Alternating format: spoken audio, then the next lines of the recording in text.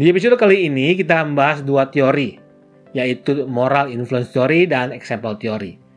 Keduanya memang mempunyai banyak sekali kesamaan, tapi seperti biasa tidak bisa kita jadikan satu karena memang berbeda. Yang pertama yang kita pelajari adalah moral influence. Nah, moral influence ini digulirkan oleh seorang tokoh bernama Peter Abelard di abad ke-12. Nah, Abelard ini memunculkan teori ini sebagai teori penyanggah dari teori atonement sebelumnya yang lebih banyak dipopulerkan oleh Anselmus. Jadi, seperti kita pelajari di episode kemarin, teori-teori sebelumnya itu menggambarkan Allah seolah-olah Allah itu sedang marah, atau Allah yang pendendam, Allah yang mau mencari manusia dan menghukum manusia. Dan oleh sebab itu Abelard mengatakan bahwa teori ini memunculkan Allah yang lain, Allah yang tidak alkitabiah lah istilahnya ya. Jadi dia mencoba memberikan suatu teori baru yang memunculkan tentang Allah yang penuh kasih, Allah adalah kasih. Oleh sebab itu dia mengatakan bahwa di moral influence theory ini bahwa Tuhan Yesus mati di kayu salib, dia itu sedang mendemonstrasikan kasih Allah kepada manusia. Ya, bahwa dia mengasihi manusia sampai dia mati istilahnya. Jadi itu yang terjadi dari moral influence theory. Dan mengatakan bahwa sebenarnya terjadi manusia kemudian terpisahkan oleh Allah itu karena manusia salah konsep tentang Allah. Seolah-olah manusia itu hanya ngertinya Tuhan ini galak, Tuhan ini pemarah, dan ini sedang mau menghukum manusia. Jadi kita melarikan diri dari Tuhan, ya. Bukan karena dosa, tapi karena kita melarikan diri dari Tuhan. Oleh sebab itu kalau Yesus mati di kayu salib, kemudian dia mendemonstrasikan kasih Allah, maka Injil ini akan memberikan pengetahuan kepada manusia bahwa kita itu salah mengerti tentang Tuhan. Bukan Allah sedang marah, Allah tidak pernah marah, Allah malah mengasihi manusia. Oleh sebab itu mari kembali dan merekonsiliasikan terhadap kepada Allah. Dan ini adalah teori moral influence.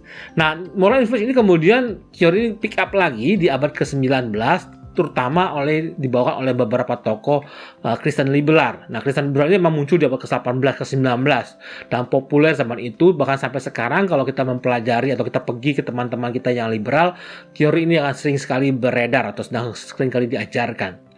Nah, teori kedua bernama example theory memang mirip, tapi diajarkan oleh kelompok yang berbeda. Nah, kelompok teori example theory digulirkan oleh kelompok dari orang-orang Italia, dua orang Italia yang memunculkan teori ini, dan disebut kelompok Socinianism. Dan ini kelompok sesat ya, karena mereka tidak mengakui Trinitas. Dan oleh sebab itu kalau kita lihat benang merah mereka sampai sekarang itu ada di kelompok Unitarian dan di kelompok Saksi Yehova. Nah, teori ini mengatakan bahwa Yesus mati di kayu salib sebagai contoh bagaimana harusnya manusia obey atau mematuhi perintah dan hukum Allah. Jadi di sini bahwa dia hanya sebagai contoh saja, ya, contoh bagaimana harusnya manusia bagaimana manusia harusnya mematuhi hukum Tuhan. Jadi dengan kata lain, kalau kita bandingkan dengan moral influence, di moral influence itu terjadi bahwa Tuhan memberikan demonstrasikan kasihnya sampai dia mati. Dengan kata lain, Yesus tetap Allah. Dia adalah Allah yang sedang mendemonstrasikan kasihnya kepada manusia.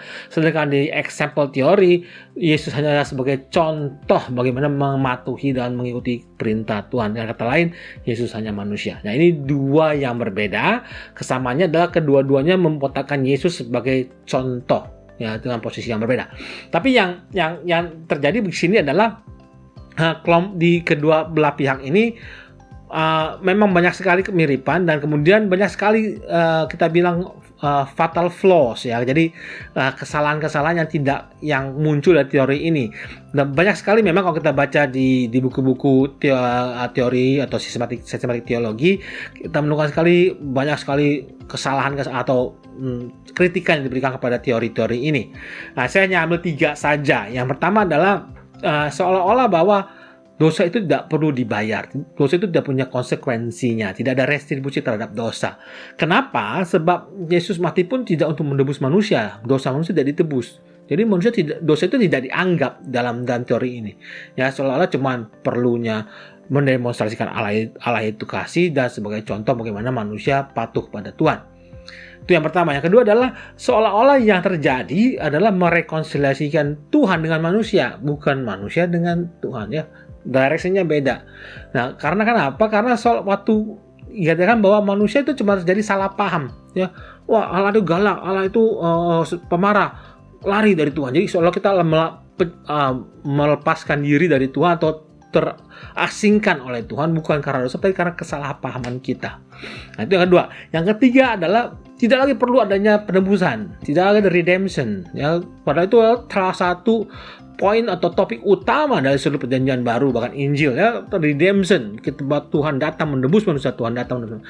Dan ini tidak terjadi atau tidak terlihat oleh toli ini, sebab Yesus mati pun bukan untuk menebus dosa manusia. Yesus mati cuma untuk menjadi contoh atau mendemonstrasikan kasih Tuhan. Jadi ini adalah 3 teori kritikan utama terhadap teori-teori ini. Nah, nanti di episode berikutnya di minggu depan kita akan belajar lagi beberapa teori alternatif. Nah, ini menarik karena jarang sekali kita pelajari ini dalam gereja-gereja kita atau mungkin di gereja teman-teman kita juga. Jadi hanya suatu alternatif teori yang menurut saya menarik, dan kita akan pelajari lagi di episode minggu depan. Sampai jumpa di episode berikutnya. Tuhan Yesus memberkati.